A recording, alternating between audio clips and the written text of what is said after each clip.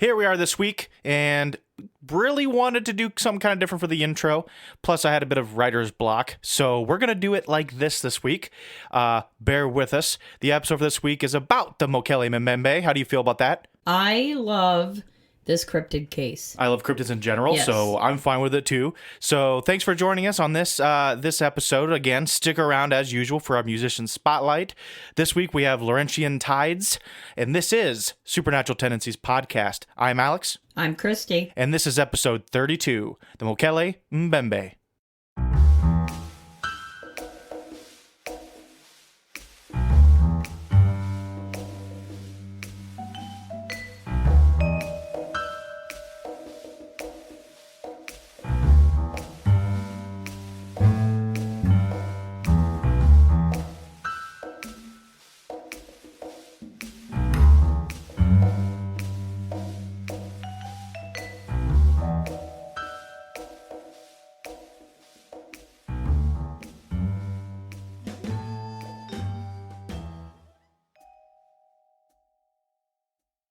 The word Mokele Mbembe means one who stops the flow of rivers.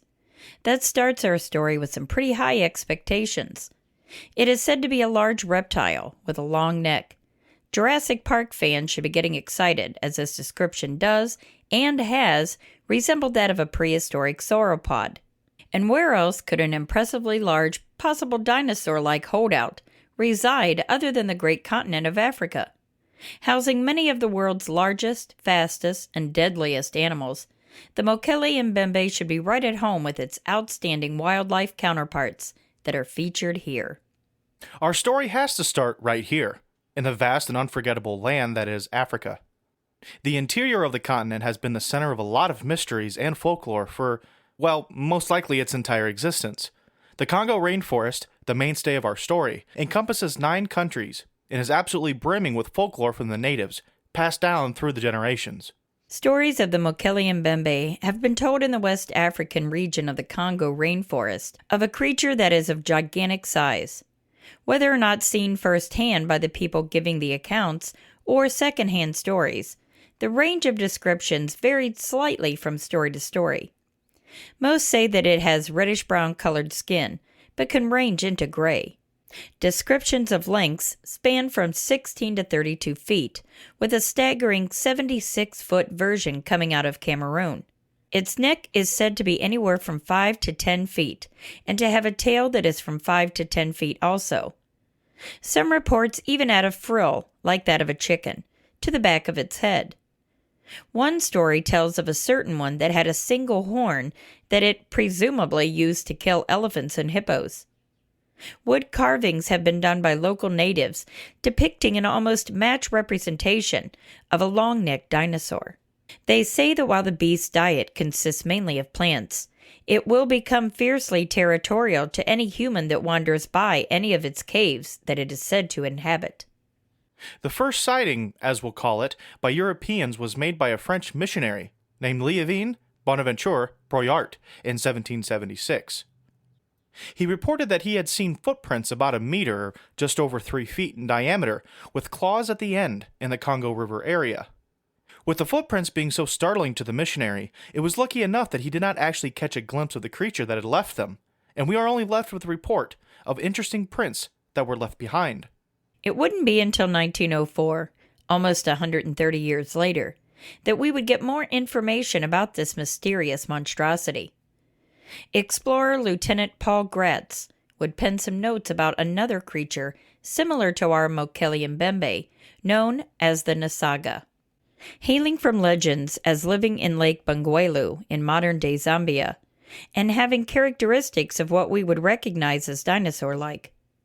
On Pratt's footsteps would be the stories told to Carl Hagenbeck, a notable German game hunter, of a giant beast, quote, half dragon, half elephant, that resided in the great swamps of today's Zimbabwe.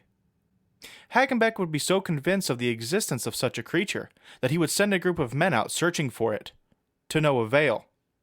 Hagenbeck would write, "I am almost convinced that some such reptile must still be in existence. At great expense, therefore, I sent out an expedition to find the monster, but unfortunately they were compelled to return home without having proved anything, either one way or the other."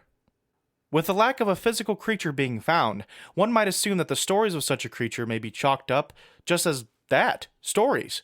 But one would be incorrect, since expedition after expedition would continue to make the journey into the West African rainforest to search for their own proof.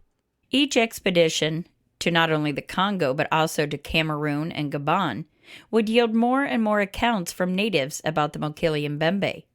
In 1976, herpetologist James Powell would travel to Gabon to study rainforest crocodiles, when he would run into stories from the Fang people about a river monster known as Nyamala. Nyamala was seen exiting a small body of water by a local witch doctor by the name of Michael Obang. Obang would also, without question, pick out a picture for Powell from a reference book of dinosaurs that looked exactly like what he had seen, a diplodocus. For those of you who need a refresher on your prehistoric animal life, the diplodocus is a form of long-necked dinosaur that lived during the Upper Late Jurassic period, from about 161 million years ago until about 145 million years ago. They resemble the Brontosaurus or the Brachiosaurus from the Jurassic Park films for further reference. Powell would call upon Dr. Roy J. McCall, a biologist from the University of Chicago and vice president of the International Society for Cryptozoology. Both McCall and Powell would make the trip to the Congo in 1979 to investigate a series of swamps that still up to that time had remained a literal blank spot on the map. There they had met with Reverend Eugene Thomas, who had worked in the area since 1955 and had heard many stories of the Mokele Mbembe. McCall would voice his disbelief that such a creature could exist, even if in a part of the world as sparsely explored as this. Yet they would happen upon more people that would describe first-hand experiences with animals that the reporters would say looked like the specimens from the dinosaur reference book. Many of the reports would start to place the creature as living more in the lakes, streams, rivers, and swamps of the area, as opposed to just the caves. But before much exploration could be done, the expedition's time had run out, and they had to leave. McCall would make a return trip in 1981, this time with a larger team. Their goal? A remote lake called Lake Tele, a relatively shallow lake that was surrounded by swamps where the Bagombe tribe had supposedly found a Mokele Mbembe, and yet did not kill it some years before. The team made their way down to the Lakwala Alherbes River, to another river that would lead to the lake called the Bai. The Bai River would prove to be the end of this adventure due to the waterway being clogged by fallen trees, but the trip wasn't without its excitement. While in their native dugout canoes, the expedition was coming around a bend in the river near the town of Apena, when something submerged itself near the riverbank, causing an 18-inch wave to heavily rock their canoes. After speaking amongst themselves, the members of the exploration group concluded that crocodiles do not make such wakes as the one they had experienced. Hippos could be a likely culprit, but they are not seen in this area anymore. People there say the Mokele Mbembe had chased them off. 1981 wouldn't only see McCall's return trip to find the massive but elusive beast. Herman Regusters would also make his own journey to the Congo to explore Lake Tele for the same prize. Regusters, an engineer from Pasadena, California, would do what McCall's people couldn't in actually reaching the secluded lake. While investigating the waters of Tele, both Regusters and his wife would witness what they described as a long, graceful neck ending in a snake-like head rise from the water 30 feet from their inflatable raft. The creature reportedly noticed them, stared for a moment, and lowered back into the water. The same team would go on to say that toward the end of the trip, they would hear a loud roar and tremendous commotion coming from the swamp near the camp one night. In 1983, a local Congolese biologist, Marcelin Aganagana, would also brave the stories and head to Lake Tele. His team would also witness an animal moving into the water with a long neck, snake-like head, and large, broad back. Luckily, Agnagana had a Super 8 camera that he threw into quick action to capture footage of the thing. Unfortunately, though, he didn't switch the setting from macro to long distance, losing some of the best possible evidence that could have been achieved. The above information was gathered from a 2002 article titled In Search of the Congo Dinosaur, written by William J. Gibbons, a creationist who sees the existence of such a creature to reinforce Christian theology of the misinterpretation of the age of the world by science and humanity's place in it within that mistaken framework. He would go on in the article to describe 3 separate expeditions he had conducted to the region to verify the existence of the creature. Between bureaucratic delays, an active civil war that had erupted in the Congo, as well as the fact that many of the native Congolese believe that even speaking about the Mokele Mbembe will bring swift and certain death, not much came of these trips that spanned from 1985 to 1992. Gibbons would return to the area, this time to Cameroon, where there is a spiritual detachment from the creature, allowing the people to speak of it freely. While not experiencing any sightings of the suspected sauropod, many stories and reports were attained, some of them adding new characteristics to the creature. Some would say that they had seen an animal they called the Mokele Mbembe that had exhibited spines down its back, neck, and tail. Gibbons notes that dermal spines on sauropods were not known to paleontologists until a specimen was found in 1991. Furthermore, the people of Cameroon would tell Gibbons and his team of another creature that stalked the swamps of the area. A 4-horned quadruped with a neck frill is said to lumber through the forest, goring its way through elephants for no apparent reason other than territory. In keeping with the prehistoric nature of the area, the natives would point out a triceratops from another illustrated dinosaur book as certainly being the monster in question. Even while having to avoid 2 forms of hulking death, the first being the Mokele, and now this new monster, Gibbons' team moved on with another expedition in 2002, with little to show for it. He states that he was in hopes of going again, quote, soon, but we couldn't find where he did make good on this, but he did manage to write a book titled Mokele Mbembe, Mystery Beast of the Congo Basin. The book, published in 2010, chronicles Gibbons' excursions in the African rainforest in search of not only the Mokele, but also many other creatures thought to be myth, but he believes to hold credibility. If you've paid close enough attention to the show Destination Truth, you would know that the comedic genius that is Josh Gates is no stranger to the Mokele. In Season 2, the Destination Truth team traveled to Zambia to conduct their own investigation for the show. Piloting boats in Lake Bangweulu and the surrounding swamps, they would have their fair share of run-ins with crocodiles and hippos that reside in the area. Interviewing natives at every turn, the show chronicled the dichotomy of opinions from the locals. While most everyday people in the area agreed that they had either seen or heard stories of the Mokele which they believed, some experts Gates had spoken to said they would be more worried about the aggressive hippos in the area than a dinosaur-like beast. Capturing some footage that wouldn't be deciphered until they returned to the States, they would only be left with clear images of hippos in the distant waters that couldn't be identified while in the field. Considering the team had about 20 minutes of show time to investigate an area roughly the size of the state of Connecticut, there may not have been much hope of finding much concrete evidence. But of course, this tends to be the story with the network television shows, such as this, no matter how entertaining they may be. In the end, what are we left with? A pretty rich folkloric history, one of the few areas of the world that hasn't been entirely explored or researched, and a little glint of hope that a little bit of mystery still remains in the world. Before we end this story, I'd like to leave you with this little bit of history. African gorillas would not be known to Westerners until the late 1850s, the first specimen being brought back to the UK in 1861. Furthermore, the same would be true of the mountain gorilla in 1902. Explorers and missionaries would be told stories of the animals being able to do things much beyond their actual physical capabilities, and acting outside of their normal behavior which is known today. Stories that were surely tinted by the natives' fear of them from their brief encounters with them in the past. While seeming unbelievable, it wouldn't be until the discovery and study of gorillas when it would be ascertained that they could not uproot full-size trees on their own, for example. Examples as such as the gorilla are abound throughout history, that is a previously perceived mythological animal having basis in reality, albeit without some of their more supernatural powers and characteristics. Could this be the case with the Mokele Mbembe? Only time will tell, and we anxiously await the moment that it does.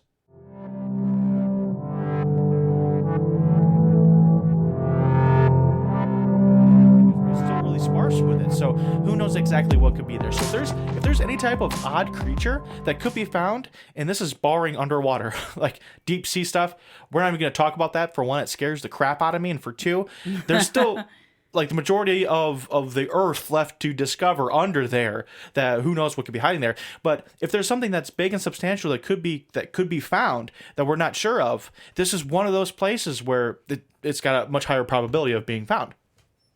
So let's go into it. Holly Engel says, the English teacher in me shudders. It's all right, Holly. You know what? If we all spoke dictionary, then it would just be a bland world. It'd be boring. It's you fine. know. It's fine.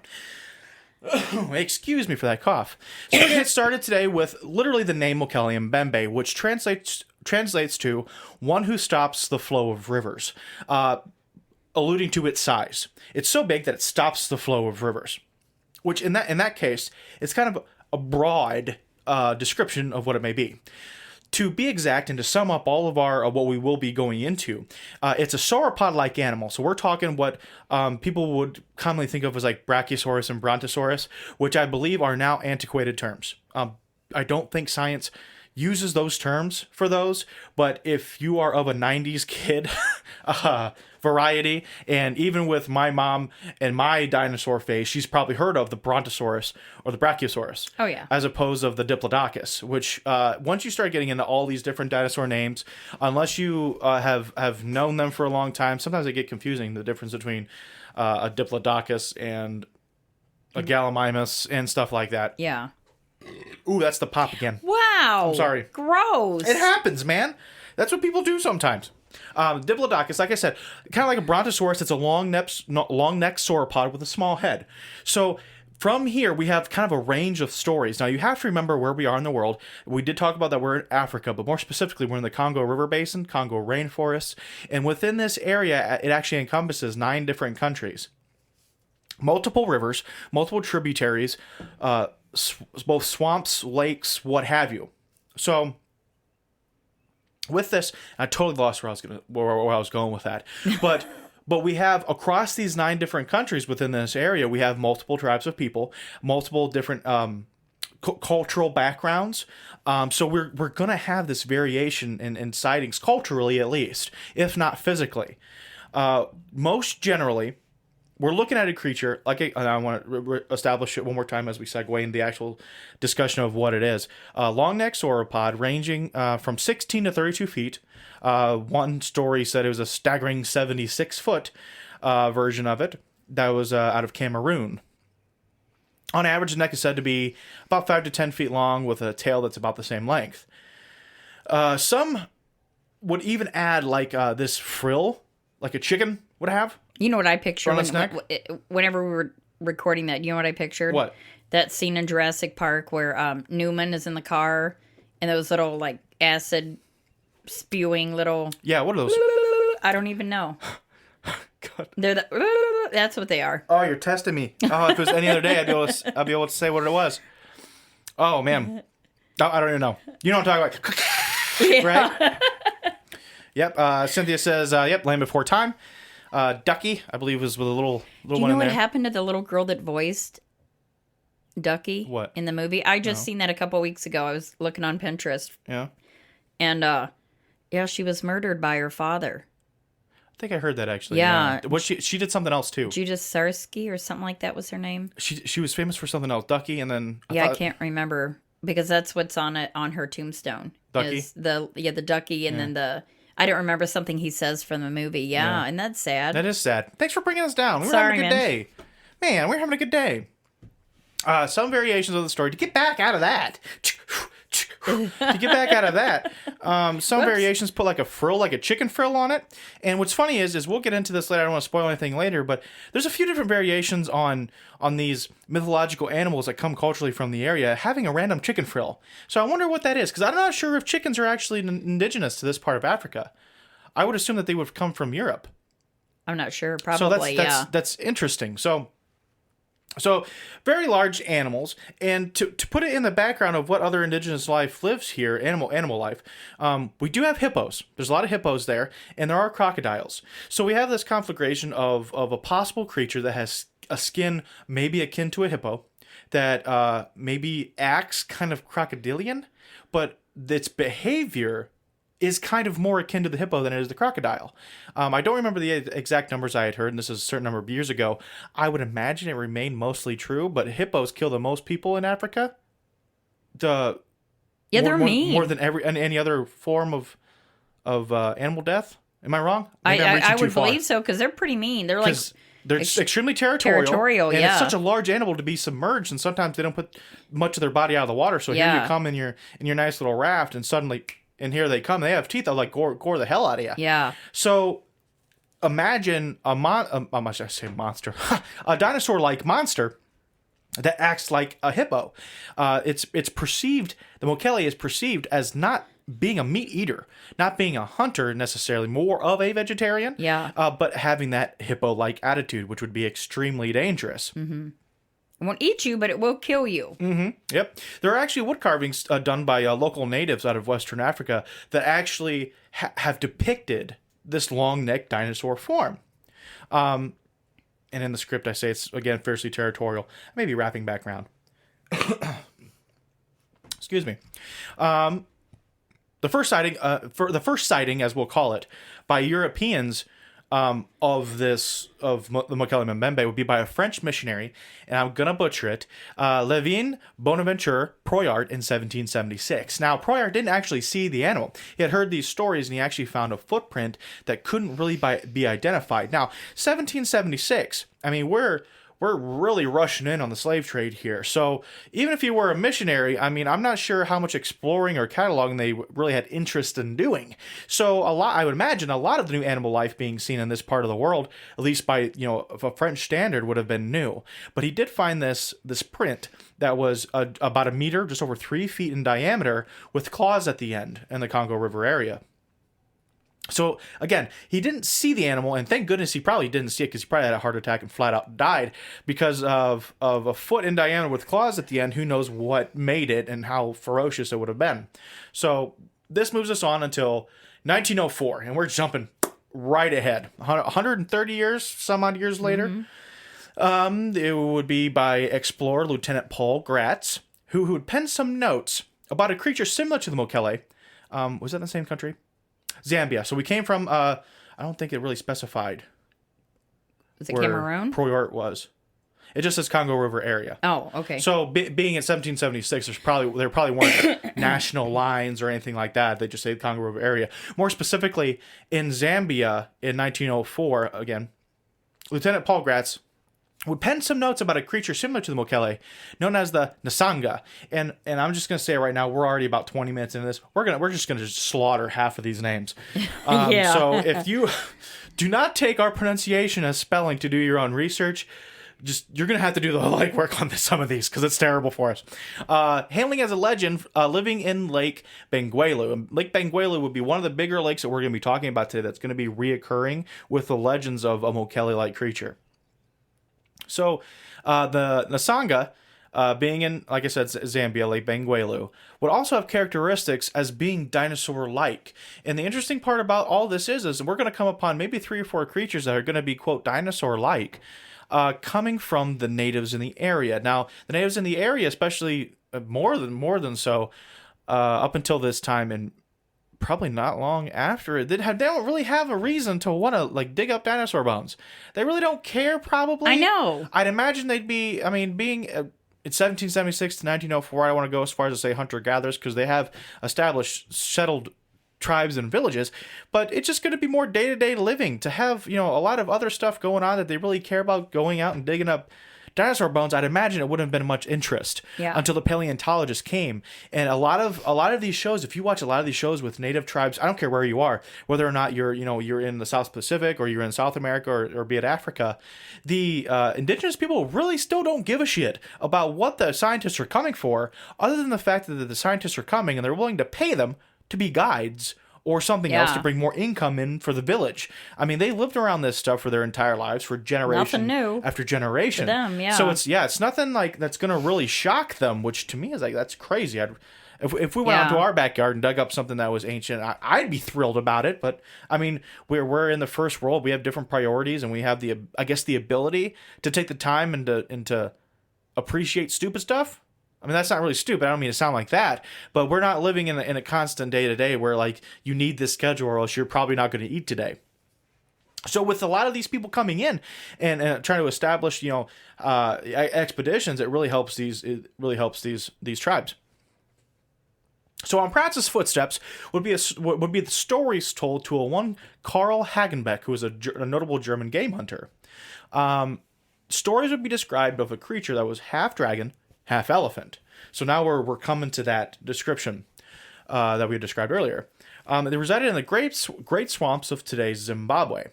Hagenbeck would be so convinced of the existence of such a creature that he would send a group out searching for it. And we have a quote for some of his writings here.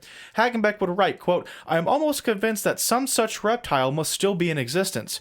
At great expense, therefore, I sent on an expedition to find the monster.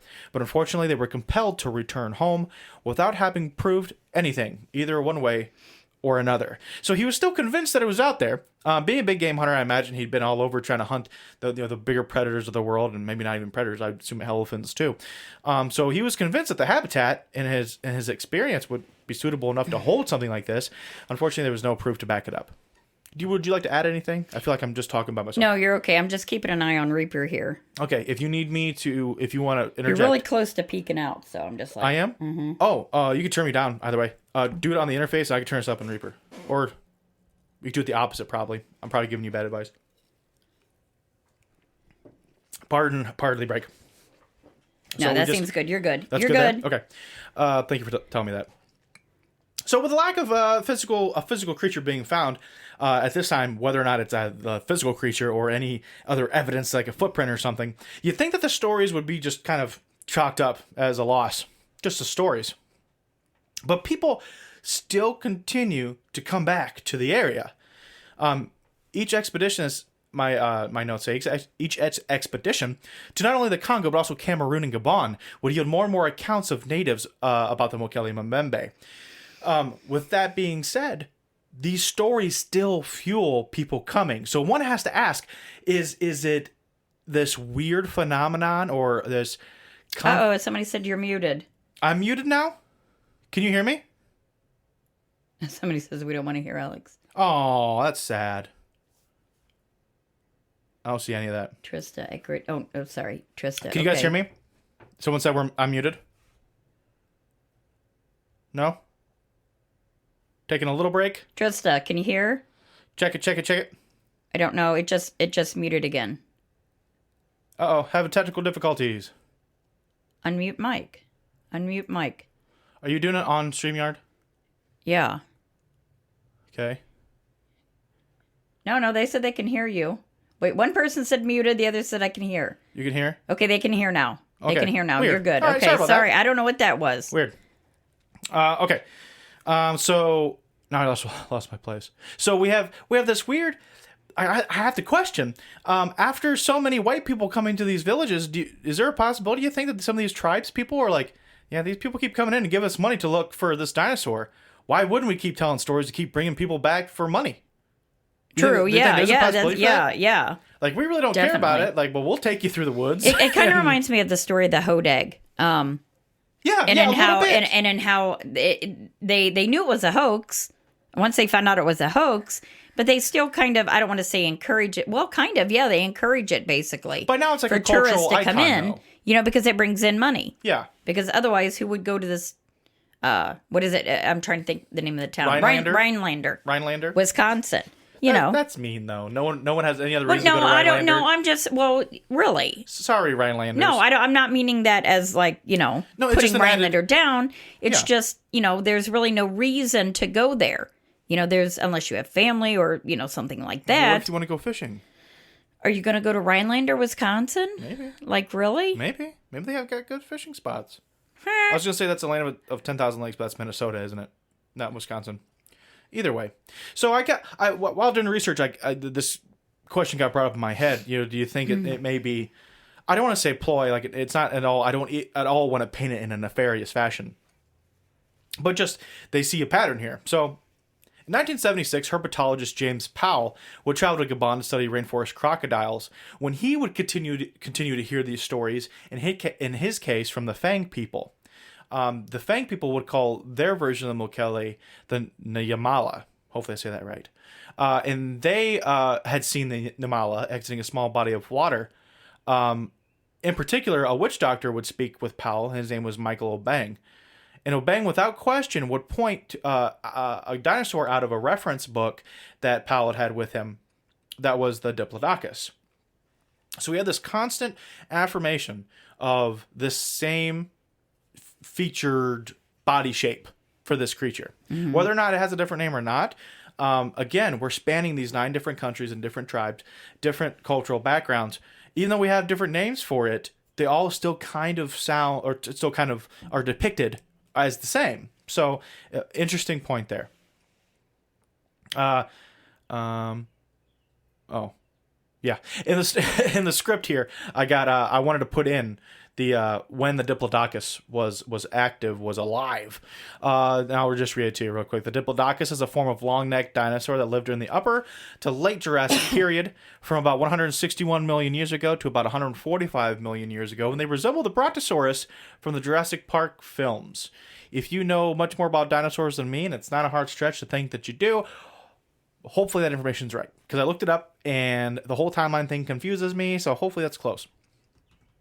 Powell would call upon a Dr. Roy J. McCall, who was a biologist from the University of Chicago and vice president of the International Society for Cryptozoology, to come along with him on an expedition. So how can we go wrong?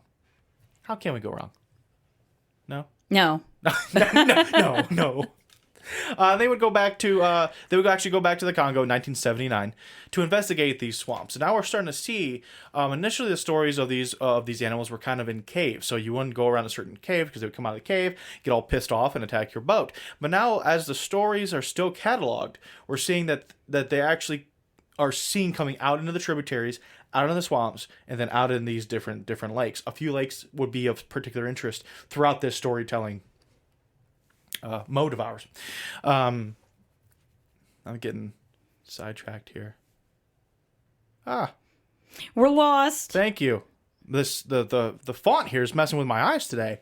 They would go back to the Congo in 1979, and they would meet Reverend Eugene Thomas, who had worked in the area since 1955. So he's got a lot of work with the people in the area during his missionary work, and they would come upon more and more reports, and we're gonna keep coming back to. I know we're bashing it, but that's kind of the mainstay of the story is more and more of these reports.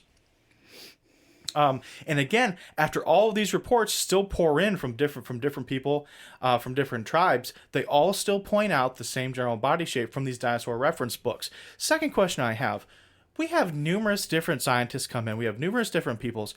Are all these missionaries, herpetologists, whateverologists just carrying random dinosaur reference books around with them? See, that's what I was kind of wondering too.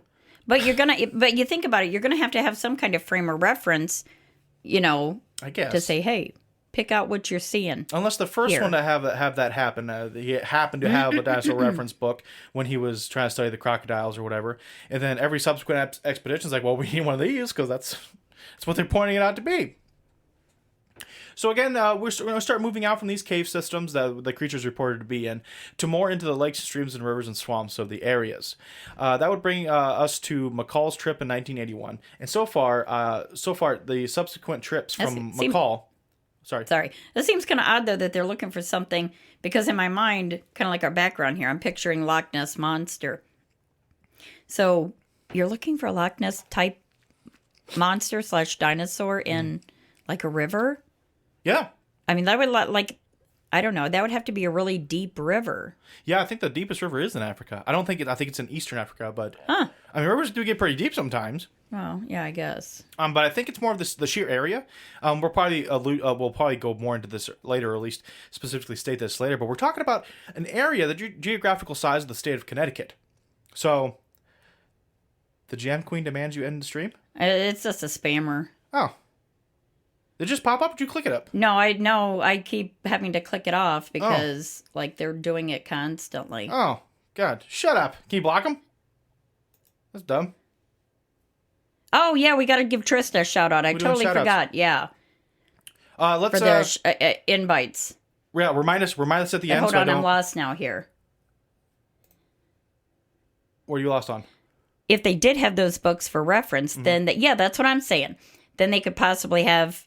Well, yeah, that's true. Yeah, in a way though, because if you had a reference book of overweight bearded men, we just have a ton of spammers in here today. Do you think they would point out me as being the Mokele Mbembe? I mean, I don't want to go that far because I think I'm stretching that. I'm going to the umpth degree on that one. But in reality, well, if you have this, there's, for example, if you have this entire dinosaur reference book and you have dinosaurs spanning the shape of like velociraptors to like triceratops into like long-necked dinosaurs, one could say that it's influencing it, but at the same time, they've been through this entire book with varying different body shapes, and then they've decided that it looks the most like this one. So is that necessarily the case? Could that be the case? Because if you had a book full of birds, would they pick a bird for it to look like, or say, no, it doesn't even look like a bird. It's not a bird, blah, blah, blah. Yeah. You see what I'm saying? Well, see, my thing is, wasn't there something in there about, like, older depictions? Like the wood carvings. Yeah. Yeah. So that's what I'm saying. So you can't say that their descriptions of the thing could be based on a book or something like that. You know what I mean? Yeah. When they haven't had access to that kind of thing. Yeah, that's a good point, too. So they've been doing... Because remember, too... If they've been doing this carved wood art longer than these Look books at all have been these shown to them. spammers on here. Wow. I don't see any of it. You had a lot? Yeah. Weird. With threats. Oh, wow. Yeah. Interesting. What are they saying? End the stream. Or we're going to post your address and stuff like this. Yeah. Oh. Okay. Yeah. So I guess we'll just have to leave them and then go to YouTube later and report them. Huh. Interesting. Yeah. I don't know. So please disregard. Shout us out if we're doing something inappropriate right now. I mean, I'm wearing a Pac-Man shirt. It's trademark. You yelled at me for that earlier, but... Oh, God. I didn't even notice the Pac-Man shirt. Oh, God. We're doomed. Or the... So, back on track, besides the random spammers. Okay, that's weird. I wasn't saying every account. Oh, I wasn't saying every account, just a few that already knew they were hunting for certain cryptids. I was just saying, yeah. Trista says, I was kind of mumbling there. Trista says that she wasn't saying every account, just possibly a few that already knew they were hunting for certain cryptids. True, but you still need that basis. I mean, the basis, in my opinion, is already established, and I think that you'd be kind of there's a phrase for it when you oh gosh. When somebody would come along looking for a specific cryptid and they want you to pick something out so that they know and you know that you're talking about the same thing, that they were all like, oh yeah, this bike guy was trying to come for looking at Mokele. Oh, okay, yeah. You know, yeah, pay him lip service a little bit, say, yep, there it is. But at the same time, like, we do have these older wood carvings that kind of depict a creature before the establishment of. Excuse me, sorry. Uh-oh. I don't know what happened there. We're having just difficulty after difficulty today. It's just like, wow. Mm-hmm. So that I think we're going too deep into that one. But yeah, I think it could be a little bit of that, but I don't want to all out say that is the case. But I would agree, Trish, that maybe in some of them, but at the same time, it doesn't really affect the whole if that were to happen. So, with every trip that Mokele had to make, there's not really a whole lot that happens to him besides the fact of these different, stories still coming in. In his return trip in 1981, he would go with a larger team, trying to have an end destination with where they were going to be looking. In this case, it'd be Lake Tele. Relatively. What was that? You just do that in the microphone? Sorry, my throat is all like messed up. Jeez. So Lake Tele, a relatively shallow lake, surrounded by swamps, particularly inhabited by the Bogambe tribe. Hopefully I said that right. Who had supposedly had a run-in with Mokele some years, maybe even generations before, and they didn't kill it. So for one reason or another, maybe the aggression of the animal wasn't in the need of having to kill it, but they said they saw it and they had encounters with it, but they didn't kill it to have any type of proof, bones or otherwise, by this point in time. So Mokele and his group had a real strong feeling they were going to find something in Lake Tele if they would have made it there. See, there's a river, and I say there's a river because I don't want to try to pronounce it. You want to try this one? Oh no, I don't even have the script up because I have Reaper, so I can't even see it. Oh gosh, okay, so here it is. The Lekuala Au Urbez River, and that's probably not even close, would be the start of their trip. In that river, I'm not going to try it again, that river would meet with the Bai River. And the Bai River would take them to Lake Tele. Unfortunately, at the time of the year, with storms coming through, the Bai River would be extremely clogged with fallen trees and debris, not allowing them to get past it with their dugout canoes. So that would prove to be the end of the trip. The only thing that would really happen of surprise with this trip to McCall's expedition would be that while in their dugout canoes, they were actually near the town of... I just had it. Where are we at? Apina. And... coming around a river bend, something would submerge itself. Ooh, you scared me. Oh my God. Something would submerge itself in the water. That's my boom arm. It's like right there. Something would submerge itself into the water near the riverbank and cause a wake that was more than 18 inches high. It almost toppled all the canoes over.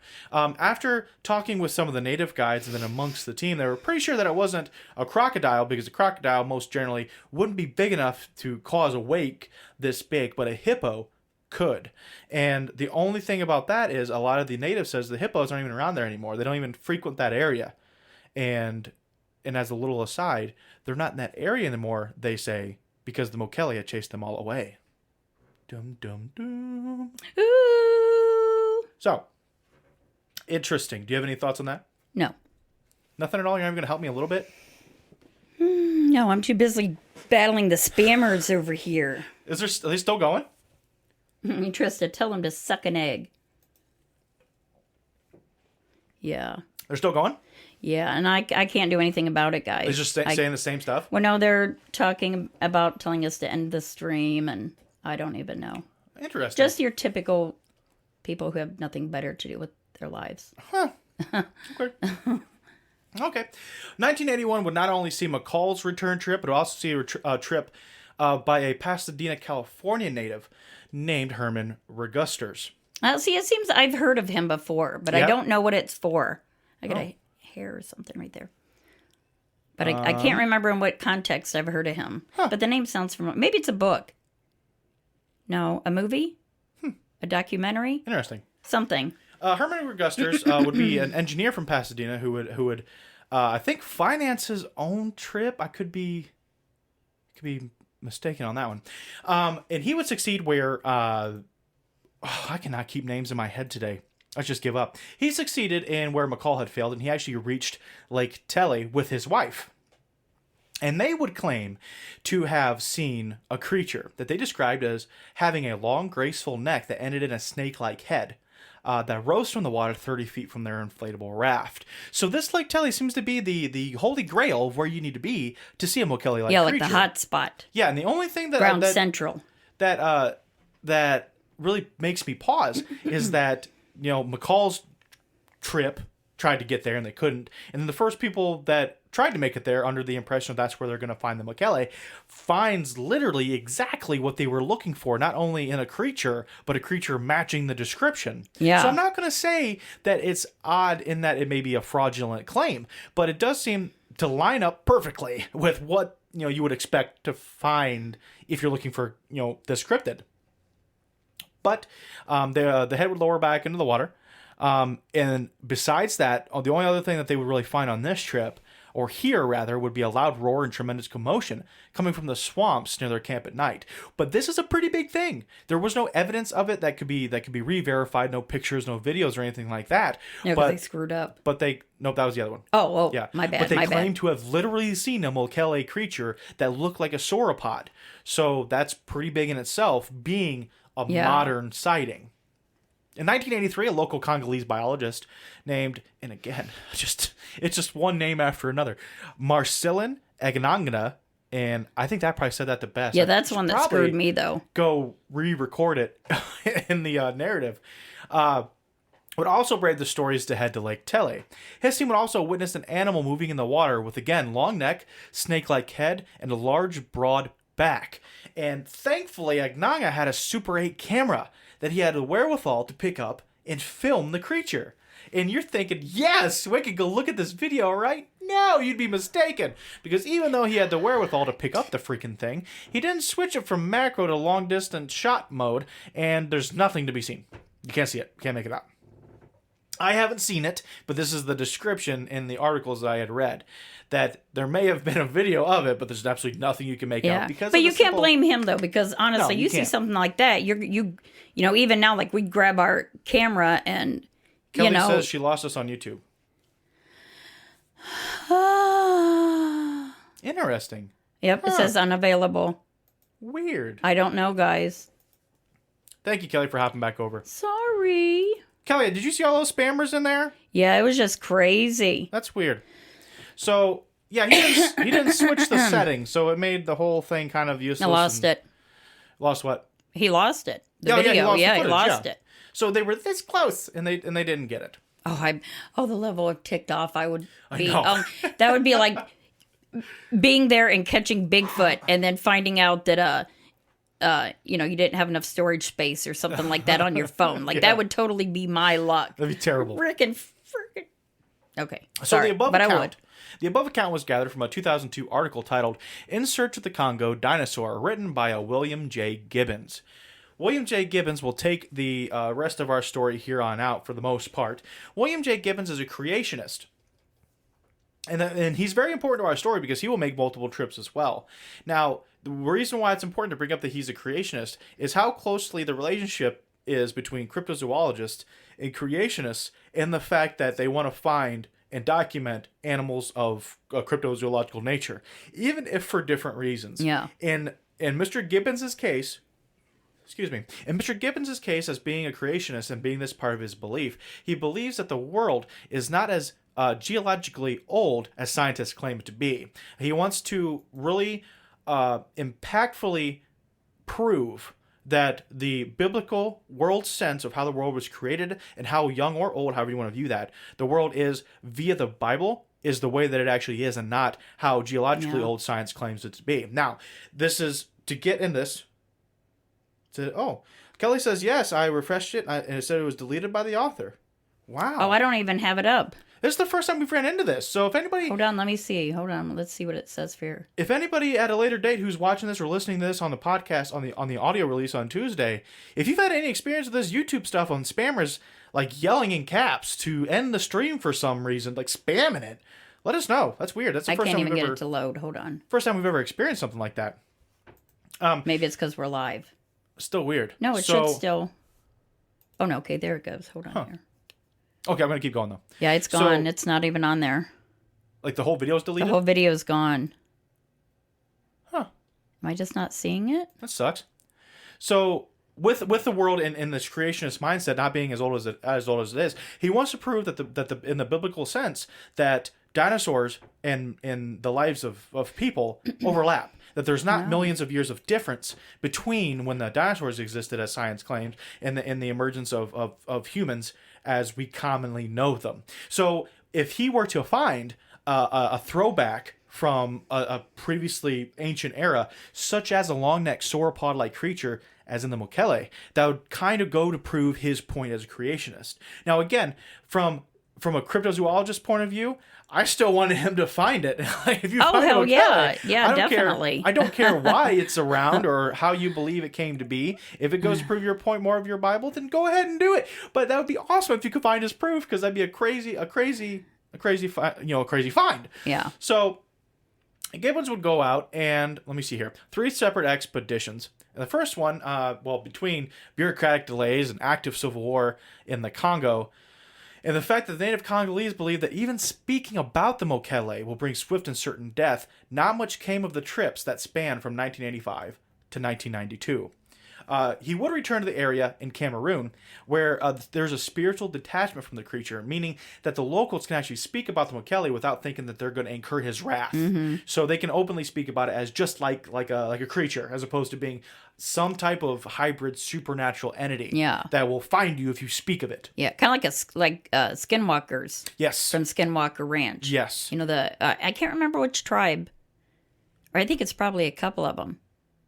Specifically, I'm trying to think which ones they were. Algonquin and that say you don't even talk about it. You don't even speak its.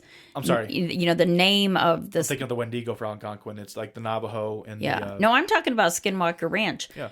Because I'd watch the Utes. Yeah, that's it. Because I was watching a video on that or a documentary, And like they won't even get so within a certain distance away from it because they're just like, no, that place is haunted. It's cursed. It's bad juju. Yeah. Don't go there. That's where the thing we do not speak of Yeah. is.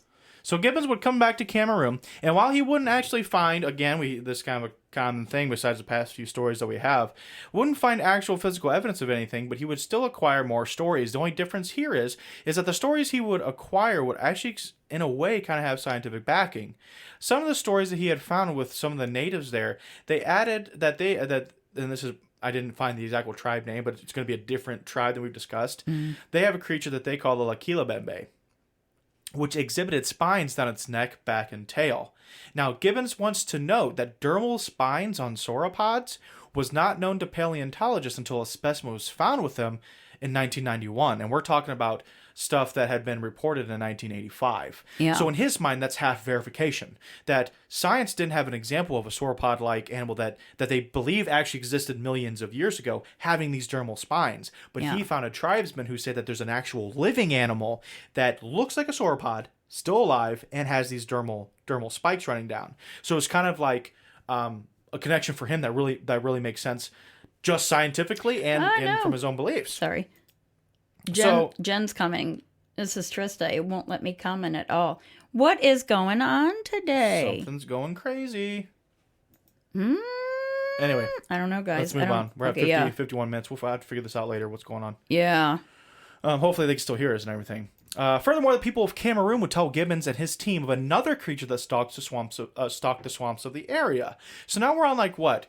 Creature 2 or 3, but this one's going to be completely different. Again, using a dinosaur reference guide, they don't point out the sauropod-like long neck. They point out a more triceratops creature from these illustrated books. They said, I moved on too quickly there. Gibbons braving the idea of possible 2 forms of hulking death, one being the Mokele, and then the other one being this other triceratops creature. He would carry on through his expeditions, and with little to show for it. He was hoping to go back soon. As of 2002, we did not find anything of that he actually went back, but he did end up writing a book titled Mokele Mbembe, Mystery Beast of the Congo Basin. A book was published in 2010. I kind of like to read that. It sounds like a good one. Yeah. Chronicles Gibbons' excursions in the African rainforest in search of not only the Mokele, but some of these other creatures of myth that he holds to be true, that possibly be true. Mm-hmm. So, do you have anything about Mr. Gibbons that you want to discuss? No, but I really would like to read that book, though. Yeah. I'll have to check on Amazon, see how much it is. And I don't think it's that expensive, especially paperback. I think it's really understandable. Oh. Yeah, it does sound like a good book. From there on, we move on to Destination Truth. And as you could tell by her voice, she doesn't like Destination Truth. No, I didn't say that. You didn't not say it either. Well, You gonna elaborate? It's okay. She wanted to talk bad about Josh Gates. No, I love Josh Gates, but I'm just saying, like, he's always falling down or something's always happening. I believe like the episode where the plane roof I wasn't him. took off. I'm just saying, though, it's just... I believe she used the phrase bumbling oaf. I love you, Josh Gates. To which I defended I'm you, sorry. Mr. Gates. I didn't mean it like that. And I said that you're a saint, and don't ever speak of Mr. Gates as such again. The comedic genius that is Josh Gates. You'll find out why that's funny later. Yeah. Within the confines of Destination Truth, if you've ever watched that show, most generally they split the show up into 2 parts. Hour-long show, about 20 minutes each of both, because of course in an hour-long show you gotta have tons of commercials. So that amounts at half hour per subject. Really boils down to 20 minutes per show. So they had about 20 minutes to, again, kind of investigate and show what they have found of the Mokele from an area the size of the state of Connecticut.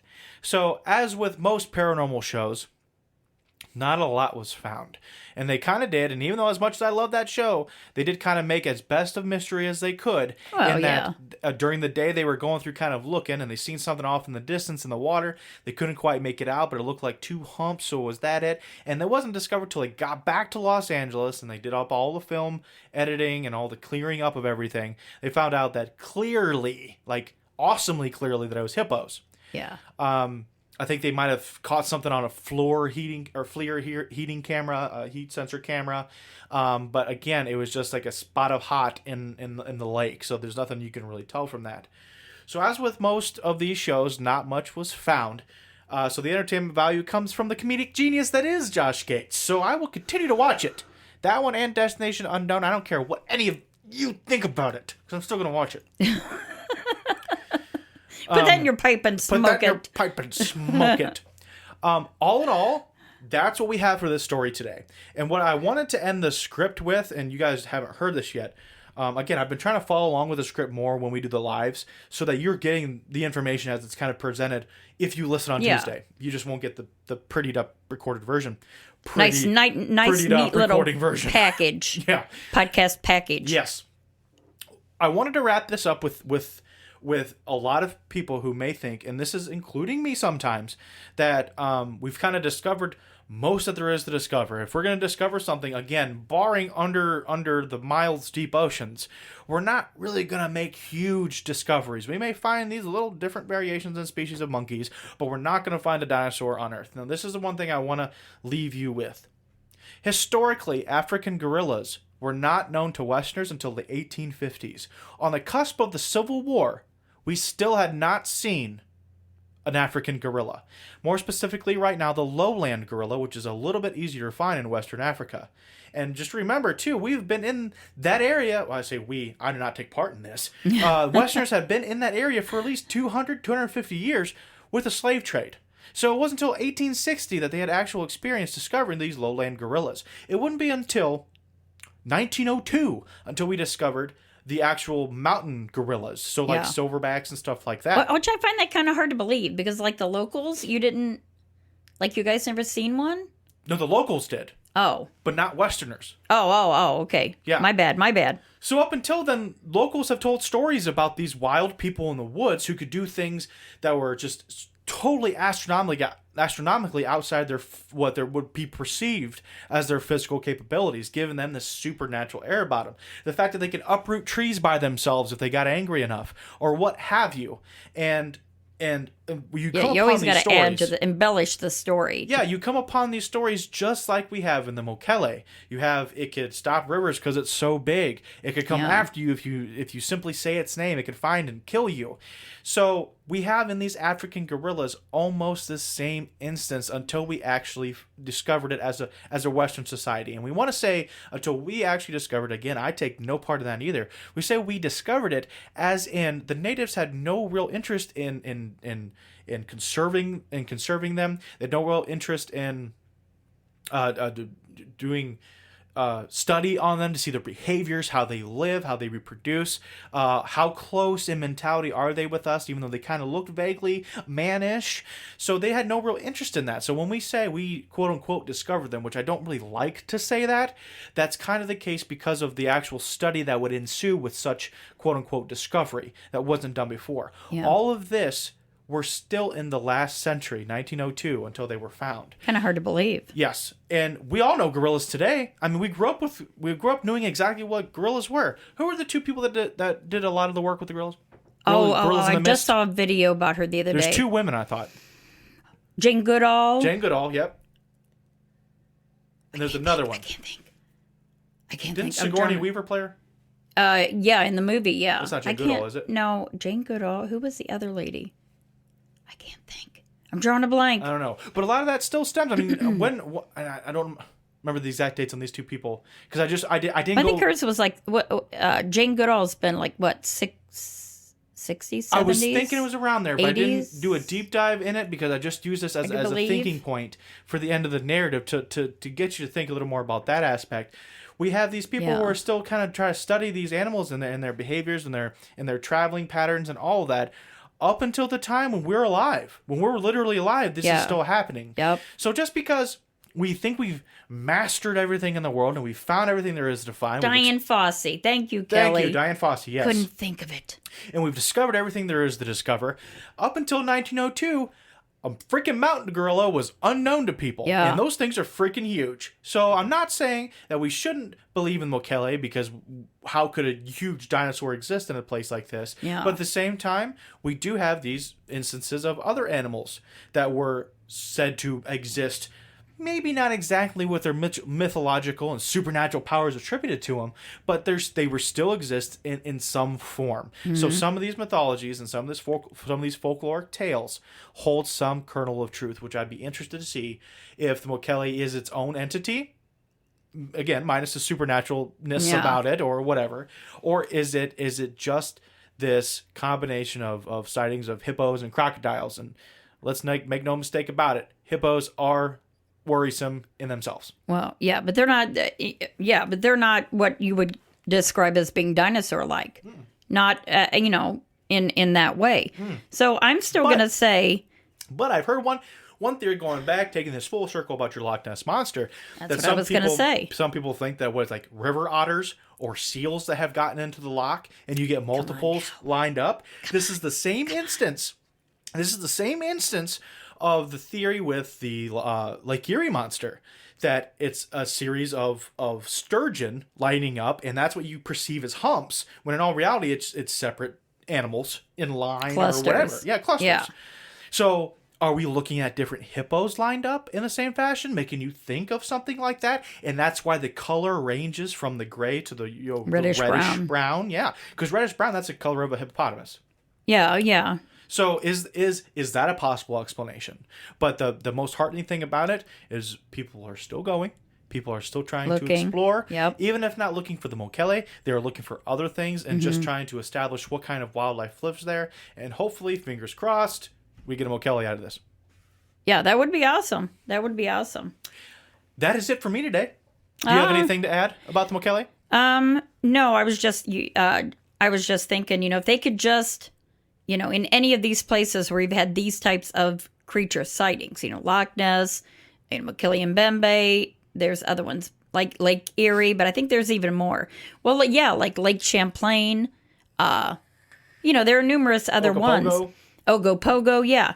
So, if they could just find one, you'd think that would kind of link in all the other ones. You know what I mean? Maybe. I would think. Maybe. That's my hope. I mean, we're also in the different terrestrial plane of it not being on land. It's in the water. Yeah. And so sometimes you can't look into water and see what's in there. Yeah. Which provides that added mystery. And just about any type of cryptozoological animal that comes from an area they can't readily see into comes that air of what if. Yeah. As opposed to the ones that you see jumping down the street in anywhere USA. Yeah.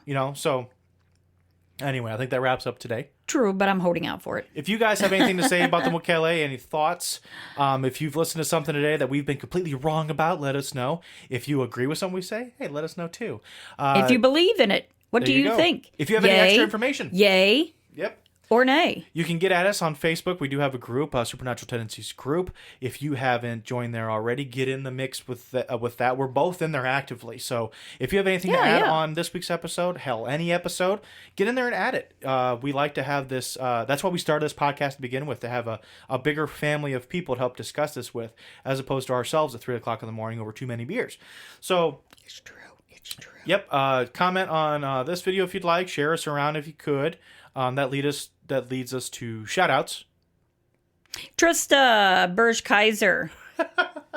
You knew I was waiting to do that. For wonderfully inviting all of her wonderful friends into the Supernatural Tendencies group. She's done a hell of a job. We appreciate it. She's our right-hand man. We couldn't do it without you, Trista. Yep. And then who? Jen. Who was on the YouTube that commented before it shut down? Was it Soccer Dennis? Is that what it said? Dennis Soccer?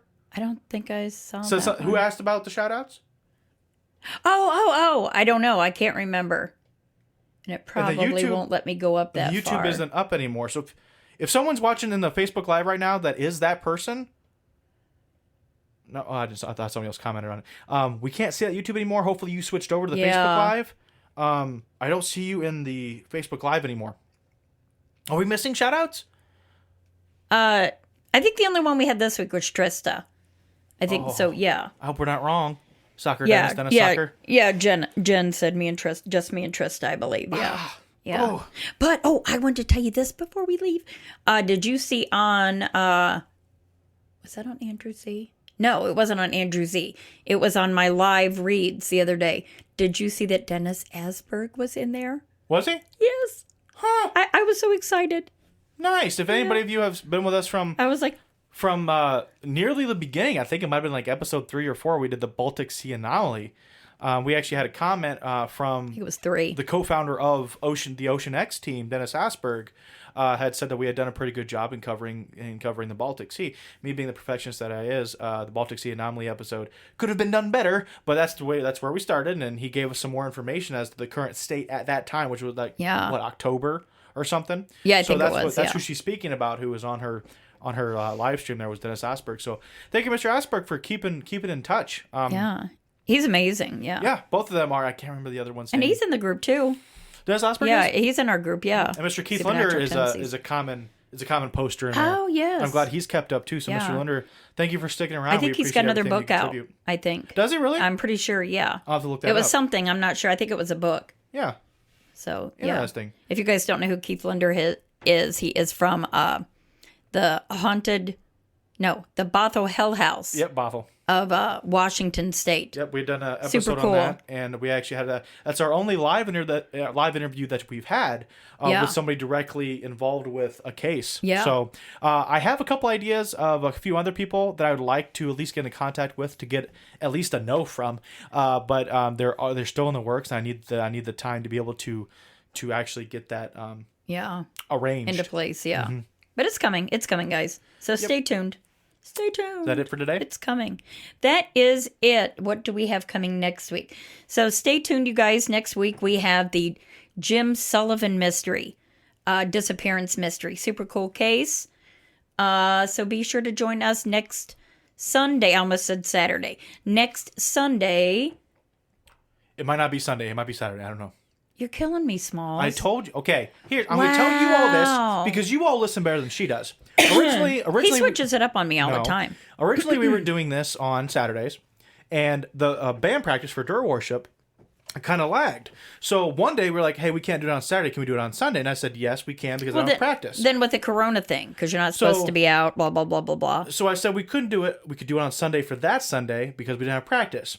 We haven't had practice in a while, so we've been doing it on Sundays now. And I keep telling her that I have band practice on Sunday. Sunday is Dirt Worship Day. Yes, but you couldn't do it on Saturday nights because you couldn't be out driving late. But we could do it Saturday during the day. But you don't want to do it Saturday during the day.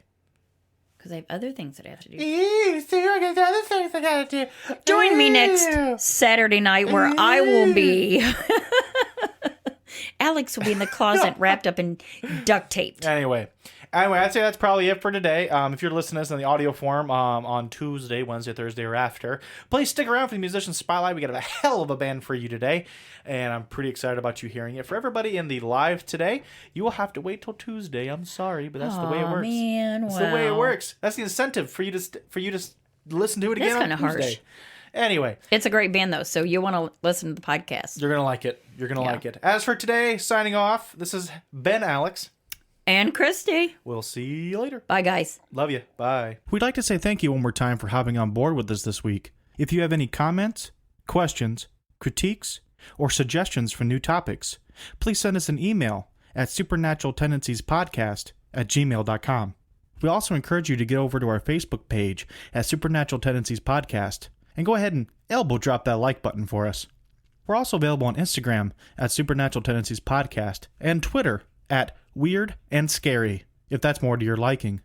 Please pass us around to your friends as well, where they can find us on Apple Podcasts, CastBox, Google Podcasts, Spotify, and most other podcast platforms. And remember, if you're having any type of paranormal activity or extraterrestrial contact, I offer private coaching online via Skype or Facebook Messenger to assist you with those issues. Feel free to visit me at ChristyJohnsonSadler.com for contact information. Till next time, this has been Alex. And Christy. See you later.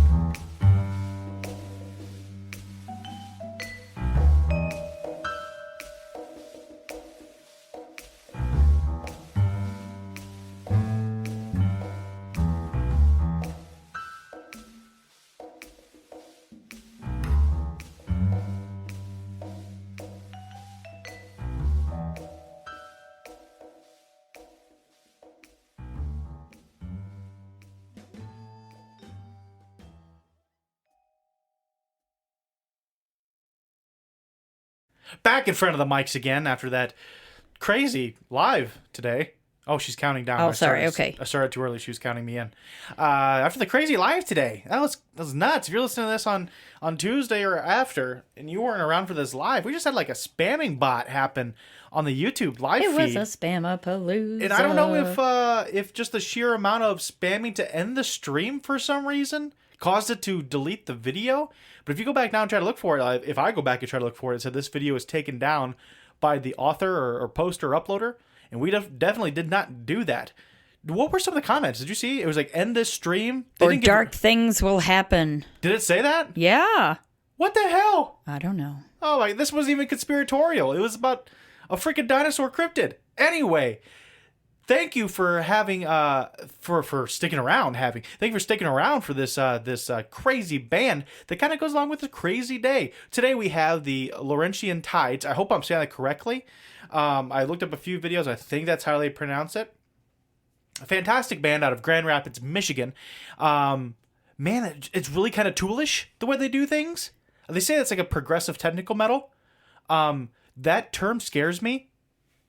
Does it scare you? A little bit. Because it's like, But once you listen to it, it's like walking on stuff. tacks. That's what it sounds like it's going to be. Not their music, but that's what it sounds like it's going to be. The moniker of progressive technical metal? Yeah. Like scientists doing heavy metal? But this band is not walking on tacks. They're a fantastic band. Again, they're kind of toolish, kind of Opeth-ish if you're into that. I think they even say those two bands in their kind of description there. 5-piece, I believe, bass, guitar player, singer, drummer, 4-piece. I'm terrible at numbers. That's why I just don't do them. I'm not allowed to tip the pizza guy anymore because I can't do math.